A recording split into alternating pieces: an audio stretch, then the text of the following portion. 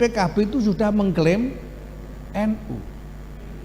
Nyatanya yang mau nyoblos PKB hari ini cuma 11%. Lah kita tuh mau maksa orang nyoblos PKB pakai cara apa lagi?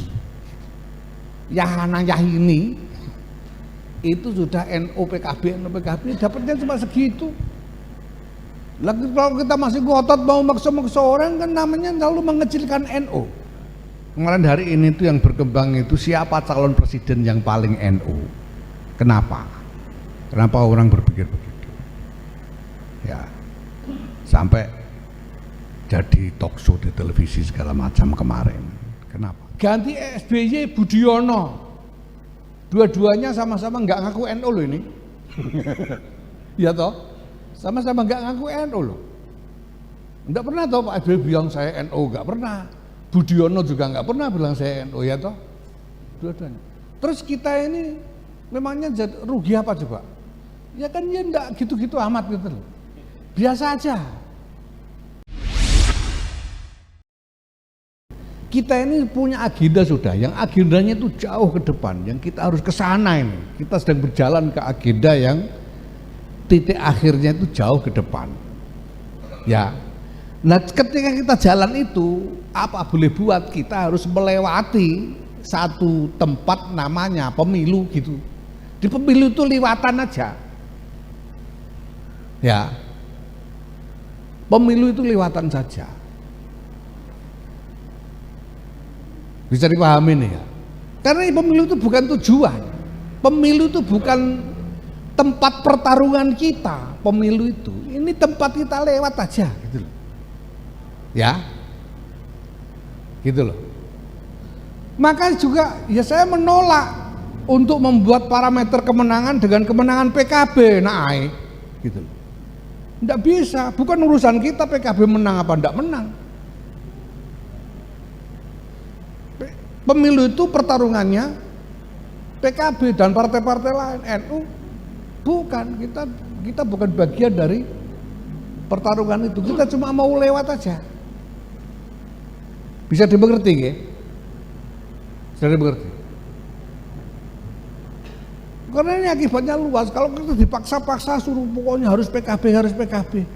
Sudah berapa lama PKB itu mengklaim NU itu sudah berapa lama? Kan bukan cuma kemarin Pak. Bukan cuma beberapa hari yang lalu, bukan cuma setahun ini. Sejak 1998 saya juga ikut mendirikan. PKB itu sudah mengklaim NU. Nyatanya yang mau nyoblos PKB hari ini cuma 11%. Lah kita tuh mau maksa orang nyoblos PKB pakai cara apa lagi? Yahana Yahini itu sudah NU PKB dapatnya cuma segitu. Lagi kalau kita masih ngotot mau maksa-maksa orang kan namanya lalu mengecilkan NU. Gitu loh. Ya. Ini bukan karena saya sentimen saya PKB, gimana mungkin loh saya ikut mendirikan. Ini soal ini. Nah, maka sekali lagi kita cuma lewat ini. Nah, lewat ini lalu apa yang menjadi concern kita, menjadi perhatian kita ketika kita lewat ini loh. Apa yang harus menjadi pemikiran kita ketika kita melewati momentum pemilu. Nah, Pak, karena 56,9% warga Indonesia ini merasa NU, mengaku NU, maka kita harus memikirkan nasib mereka semua, tidak hanya memikirkan apa yang enak buat diri kita di lingkungan kecil ini saja.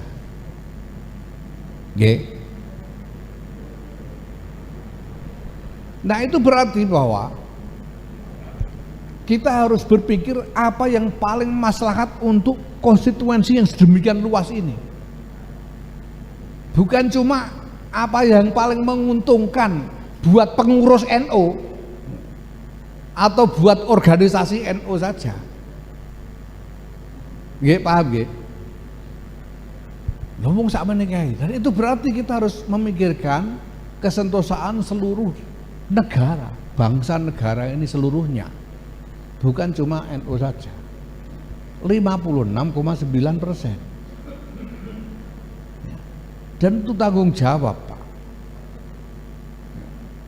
Masa enggak jadi pitakonnya pangeran di Yaumul Hisab nanti itu 56,9% itu. Wong sampean udah berani-berani jadi pengurus, mau di baiat segala macam. Ini kan harus nah, bahwa ada orang-orang yang nekat membatalkan baiatnya itu urusan masing-masing. Tapi kita ini sudah di baiat, sudah berani jadi pengurus. Ini tanggung jawab kita. Masa kita dari pitakon Yaumul Hisab betul digubah.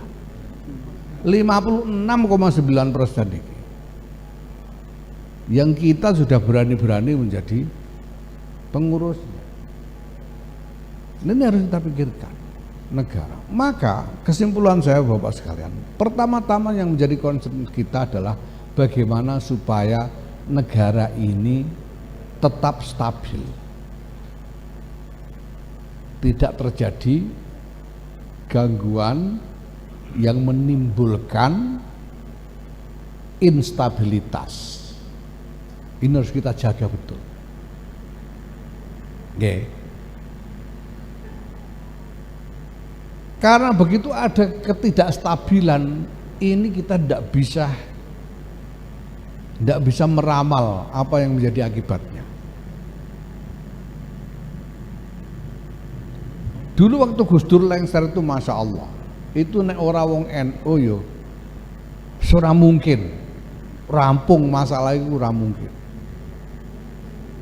Kita lihat di mana-mana itu, Tunisia, Syria, Afghanistan sendiri, Libya, Mesir, Yaman, urusan tidak selesai sampai bertahun-tahun, sampai puluhan tahun tidak selesai-selesai, sekali ada instabilitas. Waktu Gus Dur itu, untungnya kok Gus Dur itu nyuruh pulang. Untungnya orang-orang dikongkon boleh kok yang nurut manut boleh. Untungnya tuh, kalau enggak itu bisa dibayangkan kayak apa Indonesia ini. Maka kayak kemarin 2014 2012 itu deg-degannya itu di situ. Ini gimana kalau tidak stabil? Ya, untungnya ya pemimpin kita alhamdulillah lah cukup bijaksana sehingga kemudian terjadi rekonsiliasi misalnya kemarin itu ya. Nah ke depan ini itu yang paling penting kita jaga pertama-tama, supaya jangan sampai ada instabilitas. Karena kalau ada instabilitas itu korbannya luas dan umum. Ya, maka elemen-elemen yang potensial menjadi faktor destabilisasi, menjadi faktor yang bisa menyebabkan instabilitas, ini kudu ditengeri sejak awal. Itu yang saya lakukan. Saya tengeri sejak awal, ini bisa jadi faktor destabilisasi. Itu saya tengeri dan kemudian harus ditangkal sejak awal. Makanya saya ini yang pernah ngobrol informal dengan saya tahulah. Sejak awal saya mau nangkal ini karena ini faktor destabilisasi, potensial menjadi faktor destabilisasi. Penjelasannya panjang, ya, tidak bisa saya ungkapkan di forum yang direkam-rekam, ada kemungkinan nanti di-share-share begini ini. Ya. Ya, pokoknya saya bertaruh jenengan percaya saya. Karena saya ngerti betul dari ujung ke ujung sampai ke dalamnya. Itu yang saya lakukan, saya tandai. Nah, kemudian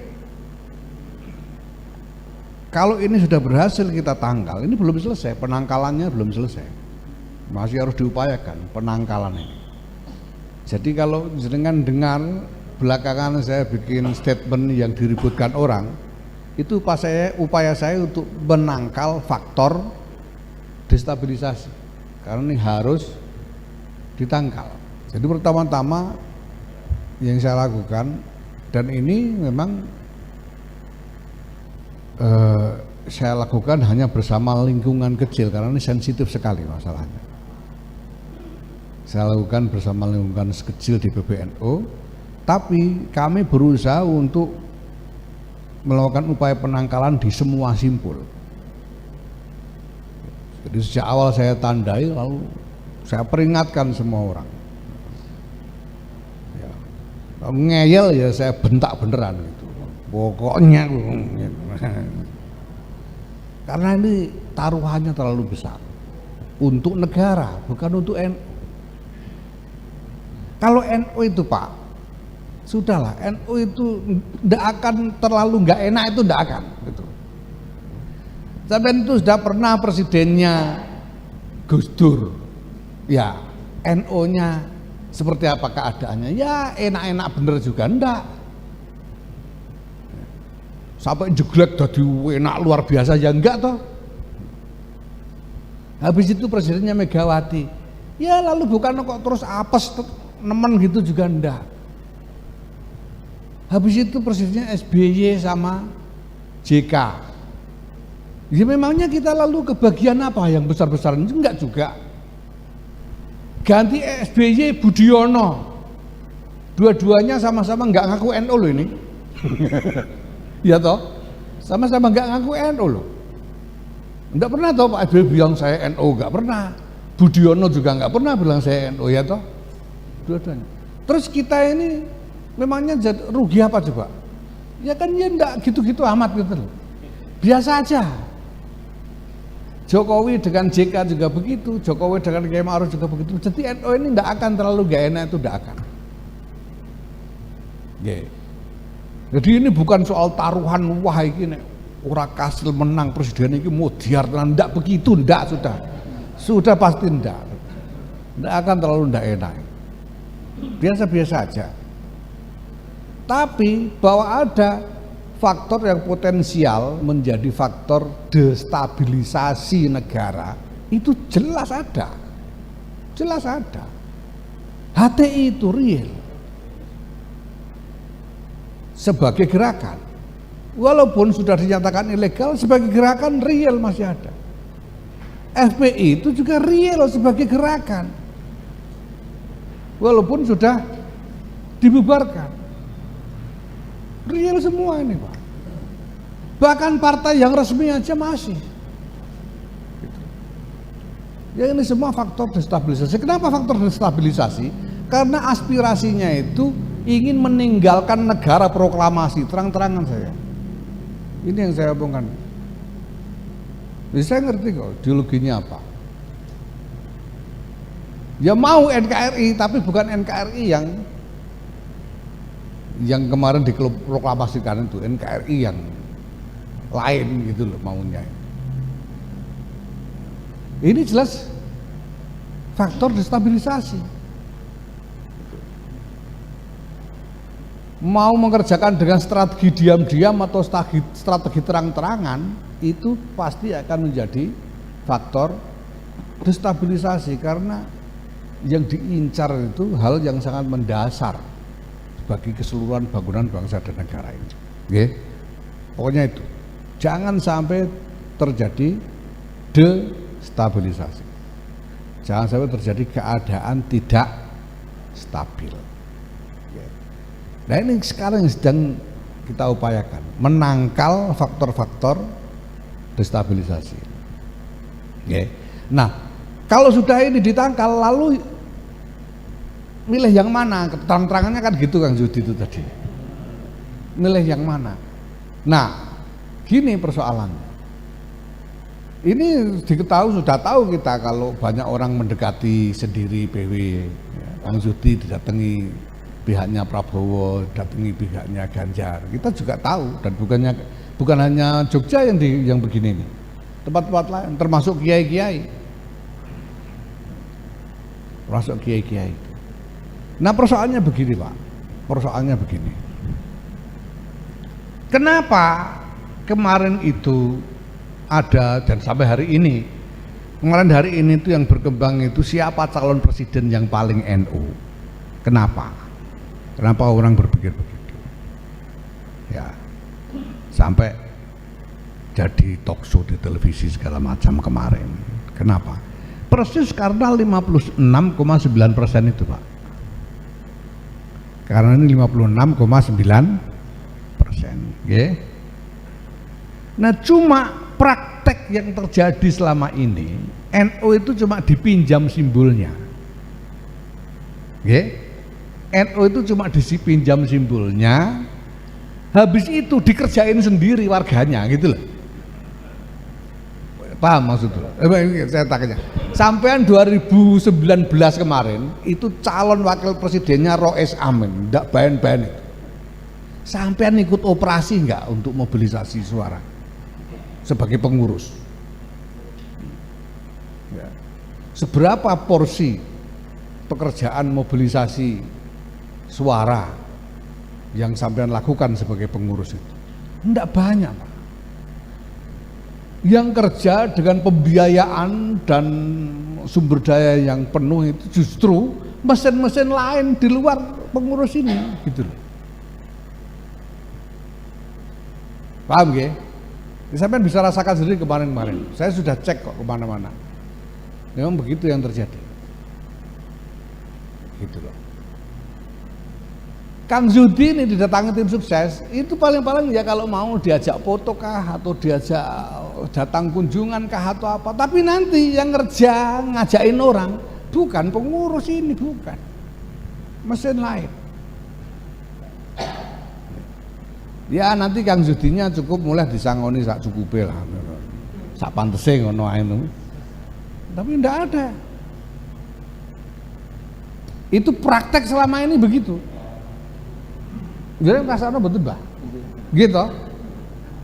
Praktek selama ini begitu memang. Nah sekarang pilihan kita mau terus begitu apa gimana? Mau nggak kita apa namanya disuruh terlibat dalam praktek macam itu terus, itu mau nggak gitu loh? Ya. Nah ini saya mau kasih tahu sekarang, Rois Am tidak mau. Ini saya berani terang-terangan nih sudah. Rois Am tidak mau cara itu.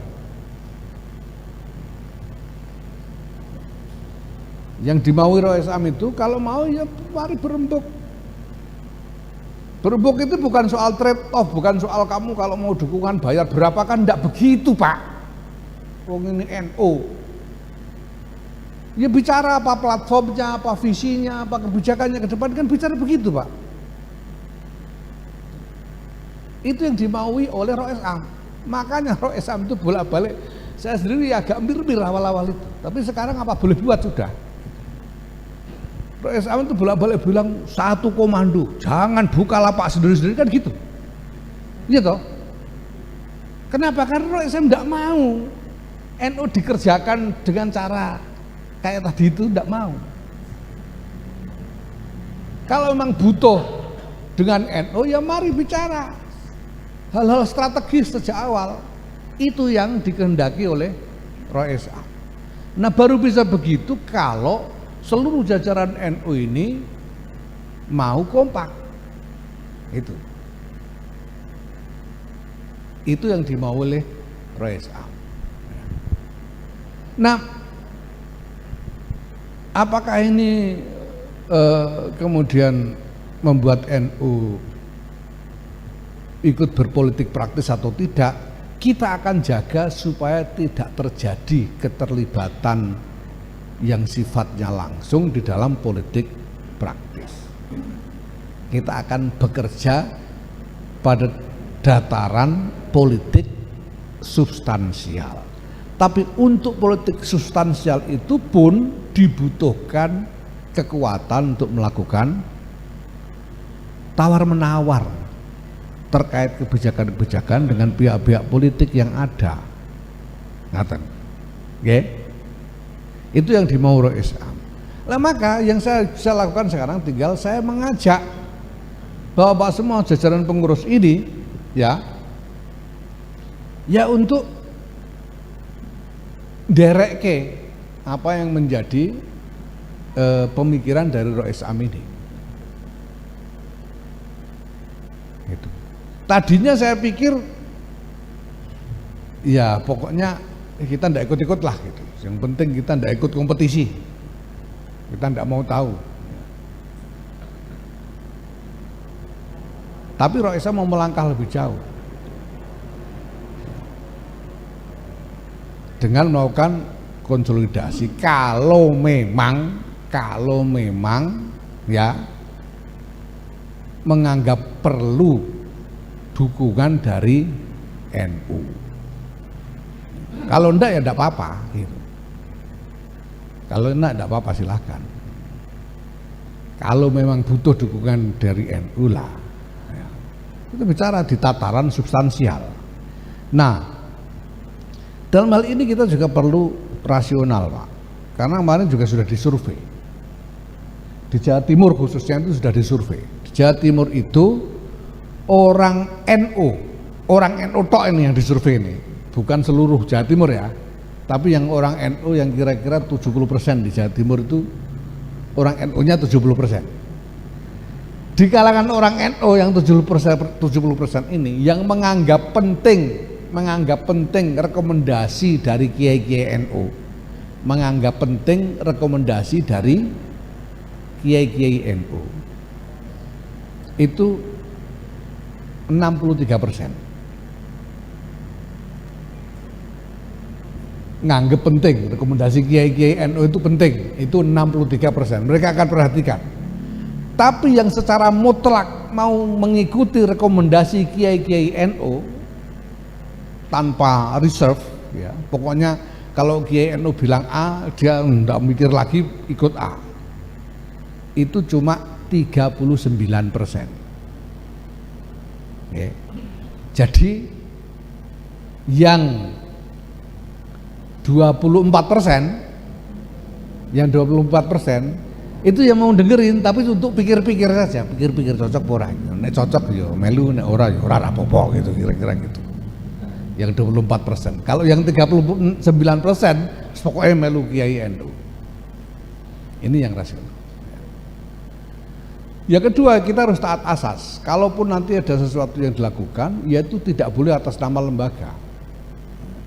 Kalau kiai-kiai Mbah Masngud sebagai kiai, Mas Dumbukan sebagai Rois Surya kan tidak apa-apa. Itu. Jadi tidak boleh, taat asas itu tidak boleh melibatkan lembaga. Itu caranya. Ya ini bisa kita kelola, kita bisa kelola. Tapi sekarang saya ingin beritahu saja bahwa Rois Am tidak mau cara kerja terkait dengan politik itu seperti yang lalu-lalu. Yang NU cuma dipinjam simbolnya, habis itu dikerjakan sendiri oleh orang lain. Itu Rois Am tidak mau. Yeah. Makanya Rois Am minta supaya kita berkonsolidasi, ya,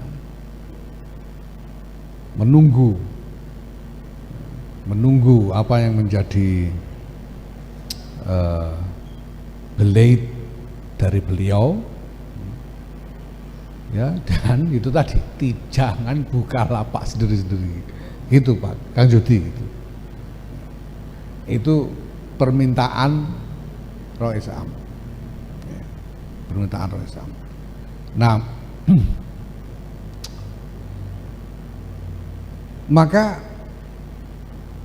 ya sekarang saya kira jadi kan tahu kan yang saya tangkal yang mana kan tahu ya, sudah tahu lah, masa orang ngerti NU ya ini orang ngerti cara gedemane wong NU ini pasti sudah tahu. Nah sekarang selebihnya apa? Ya nunggu wong Rois Am belum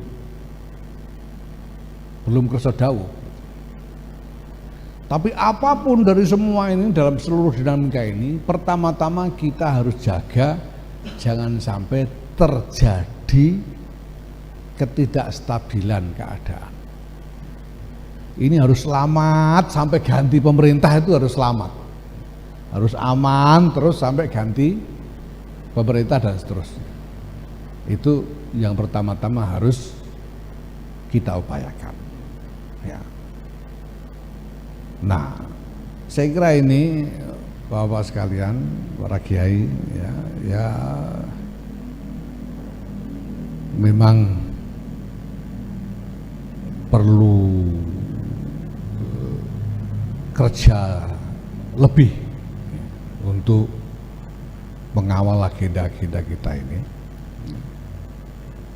Karena itu ya pokoknya saya jalani betul, mulai dari daerah-daerah yang menjadi basis dan memang paling diincar orang, yaitu Jawa Tengah, Jawa Timur, DIY. Ini saya mulai dulu. Jawa Timur saya sudah selesai, saya sudah ketemu semua MWC se-Jawa Timur, 8 kali pertemuan. Jawa Tengah kurang 2 kali lagi, sudah 4 kali pertemuan, tinggal 2 kali lagi.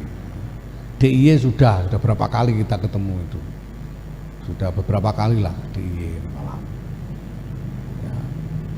Habis itu kita akan terus melangkah ke Jawa Barat dan seterusnya, karena ini memang butuh kerja konsolidasi yang lebih kuat.